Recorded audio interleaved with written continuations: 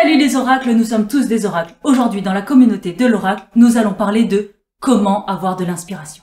Je suis Caroline. Et je suis Eloa. Nous sommes ensemble depuis plus de 8 ans et nous avons dépassé le plus gros challenge de toute relation, passer du couple blessé au couple sacré.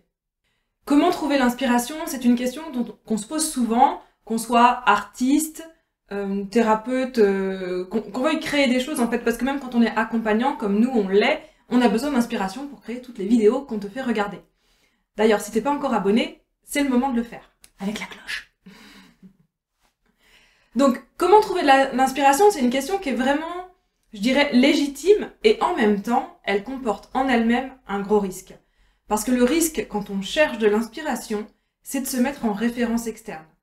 Peut-être que ça t'est déjà arrivé de passer énormément de temps, je vais dire par exemple, t'as envie de peindre quelque chose, et tu regardes un petit peu ce qui se passe autour, c'est quoi les différentes techniques, qu'est-ce que je pourrais acheter comme matériel, etc., etc., pour te donner un petit peu d'inspiration pour commencer à peindre. Quand tu fais ça, tu te places presque inconsciemment en référence externe, c'est-à-dire que tu n'es pas en train de chercher l'inspiration dans le champ quantique des idées, mais simplement en train de regarder autour ce qui résonne avec toi, c'est pas complètement mauvais, mais le risque, c'est d'être un peu plus dans la copie et surtout dans la comparaison. Je sais pas si tu as déjà remarqué, ça arrive souvent, moi par exemple qui écris, c'est que si je me mets à lire plein de choses avant de trouver l'inspiration de qu'est-ce que je vais écrire, étonnamment, quand je vais me mettre à écrire, ça ressemble terriblement à ce que je viens de lire, alors que c'était pas du tout mon intention.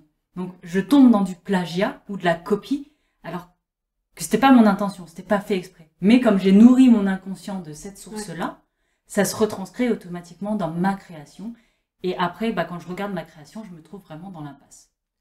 Et ça, c'est au mieux, c'est quand tu as pris les informations et que tu en as fait quelque chose, parce que l'autre gros risque, c'est de regarder tout ce qu'il y a autour et de trouver nul par rapport à ça, et donc de rien faire du tout. Parce que faut le dire quand même, les gens qui sont autour et qui créent déjà, sont trop forts. Ils sont vachement meilleurs que nous-mêmes. Donc, comment est-ce qu'on trouve l'inspiration? Parce que j'ai une bonne nouvelle pour toi. Si tu cherches l'inspiration, tu vas continuer de la chercher. Donc le but, c'est de la trouver. Pour trouver l'inspiration, suspense, faut revenir à soi. Si c'est la première fois que tu écoutes notre vidéo, peut-être que tu comprends pas. Mais en fait, on le dit tout le temps. Le but, c'est de toujours revenir à soi, revenir au cœur, ouvrir son cœur, connecter à son cœur. Donc, c'est dit comme ça, c'est très ésotérique et c'est pas très concret. Et ça peut avoir l'air simple et en même temps, pas du tout. Alors, on va t'expliquer concrètement comment ça se passe. La première chose à faire, c'est de créer l'espace pour que l'inspiration puisse venir. Ça veut dire quoi? Ça veut dire te mettre en action. Si tu cherches de l'inspiration pour peindre, peins. Si tu cherches de l'inspiration pour écrire, écris. Peu importe ce que tu peins, peu importe ce que tu écris, c'est pas important. Ce qui est important, c'est de créer un espace d'écriture, un espace de peinture, un espace de création. Et même si tu dessines des gribouillis, même si tu écris des flots de pensée ou des choses qui n'ont pas de sens, ça n'est pas grave. Ce qui est important, c'est juste de faire ça. Je vais te donner un exemple. Quand j'ai créé l'oracle d'une rive à l'autre, il a fallu vraiment que je me mette au service de l'inspiration, c'est-à-dire de me poser, de prendre mes aquarelles, mon papier, sans avoir aucune idée de ce que j'allais faire, mais pour être prête à recevoir l'inspiration. Et sans faire vraiment ce mouvement de je suis prête à mettre l'inspiration dans la matière, l'inspiration elle vient pas. Je n'avais pas reçu les images des cartes et que ensuite j'avais besoin de les peindre. C'était vraiment au moment où je me mettais en action pour peindre que l'inspiration arrivait, que l'énergie arrivait et qu'elle se mettait sur la feuille. Et ça, pour pouvoir faire ça, il faut ouvrir le canal du cœur à tes mains. Pourquoi ça? L'inspiration, elle passe par le cœur, elle passe jamais par la tête. Si ça passe par la tête, désolé, c'est que sûrement tu es en train de faire de la copie ou du plagiat ou de la comparaison, tu es en référence externe. L'inspiration, elle n'est pas mentalisée. L'inspiration, elle parle à ton cœur directement. Donc le premier canal à ouvrir, c'est l'ouverture de cœur pour pouvoir la laisser descendre en soi. La deuxième chose à faire, et Caroline le dit, c'est la mise en action. C'est-à-dire que du cœur, va falloir passer aux mains.